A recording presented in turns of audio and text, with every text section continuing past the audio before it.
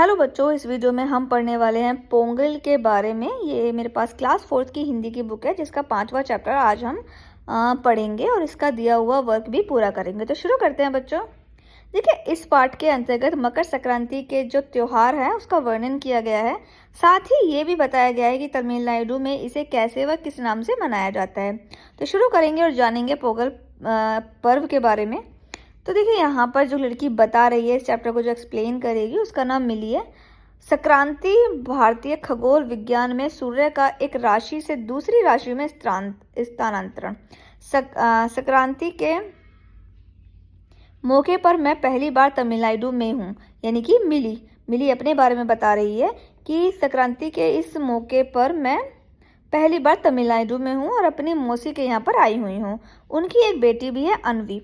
हम दोनों की बहुत ही बनती है। दिन भर हम खेलते रहते हैं, समय कैसे निकल जाता है पता ही नहीं चलता। हम दोनों चौथी कक्षा में पढ़ते हैं, बस पाठशाला और शहर अलग अलग हैं। मेरी संक्रांति की छुट्टियां हैं,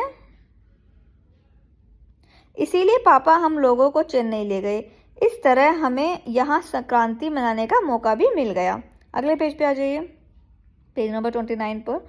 यहाँ आकर पता चला कि तमिलनाडु में मकर संक्रांति का पर्व पोंगल के रूप में मनाते हैं, यानी कि जो त्यौहार मकर संक्रांति के नाम से मनाया जाता है वो वहाँ पर पोंगल के नाम से मनाते हैं।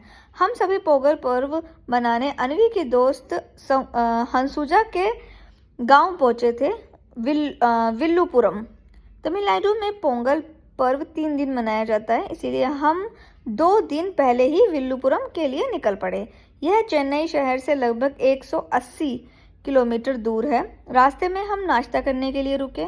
वहाँ के व्यंजन देख मैं तो दंग रह गई।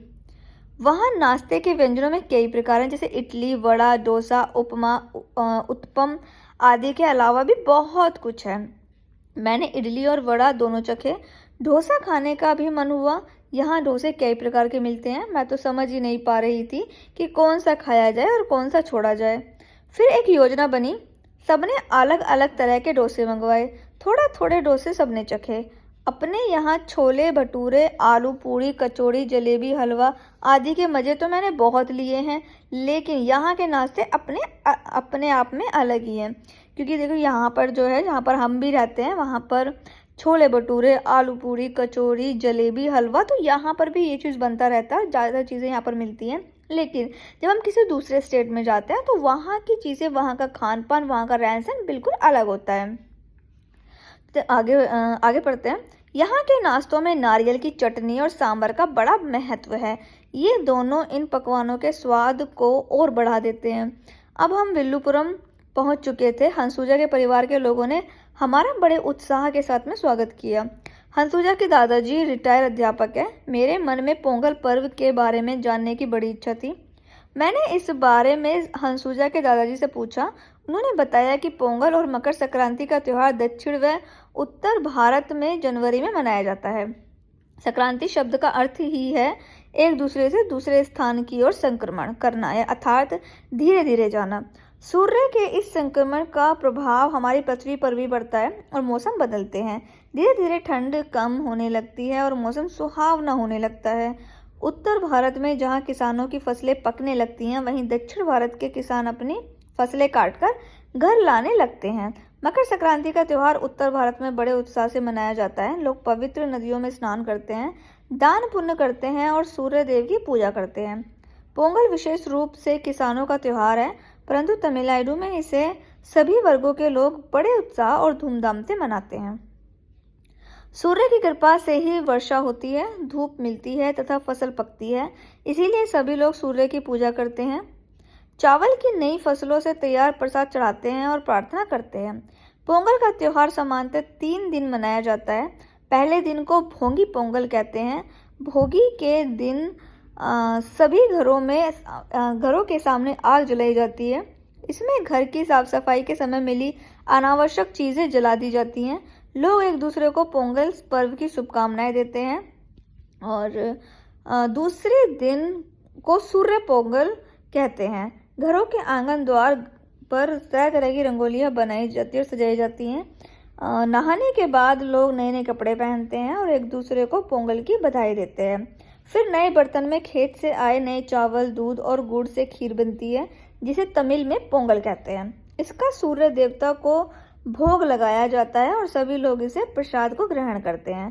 पोंगल के तीसरे दिन को मट्टू पोंगल कहते हैं। मट्टू का अर्थ है गाय, बैल, भैंस आदि पशुओं को किसानों के मित्र होते हैं। इस दिन सभी किसान अपने पशुओं के प्रति कृतज्ञ व्यक्त करते हैं, उन्हें नहलाते हैं, तरह तरह के रंगों और फूलों से सजाते हैं और उन्हें पोंगल में बने लड्डू खिलाते हैं।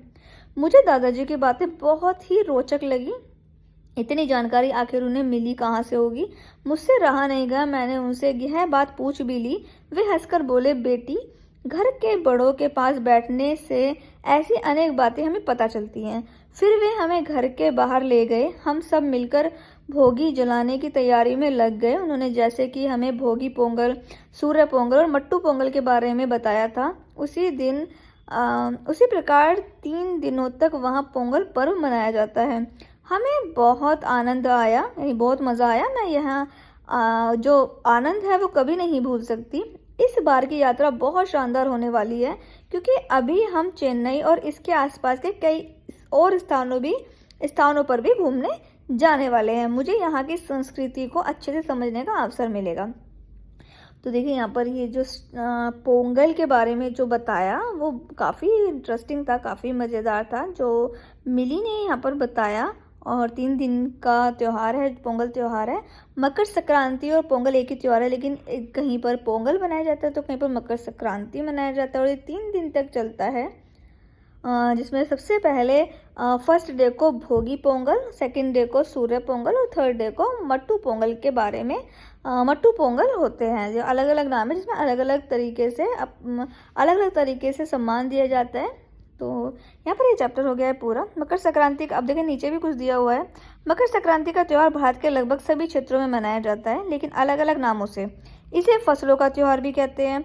अन्य त्यौहार जैसे होली, दीपावली, रक्षाबंधन, दशहरा आदि की तारीखें अंग्रेजी कैलेंडर से हर साल बदल जाती हैं, लेकिन संक्रांति पर्व पर हर साल अधिकतर जगहों पर 14 जनवरी को किसी न किसी नाम से पूरे देश में मनाया जाता है। कुछ जगहों पर तो यह त्यौहार 3 दिन तक मनाया जाता है। तो ये चैप्टर हो गया पूरा। अब अगले पेज पर आ जाइए। अगले पेज पर दिए हुए हैं कुछ मौखिक प्रश्न, जिसके उत्तर मैंने नोट कर दिए हैं और सही विकल्प पर मैंने टिक कर दिए हैं। आप जल्दी से अपनी बुक वर्क फिल कर लीजिए और अगले पेज पर आ जाइए।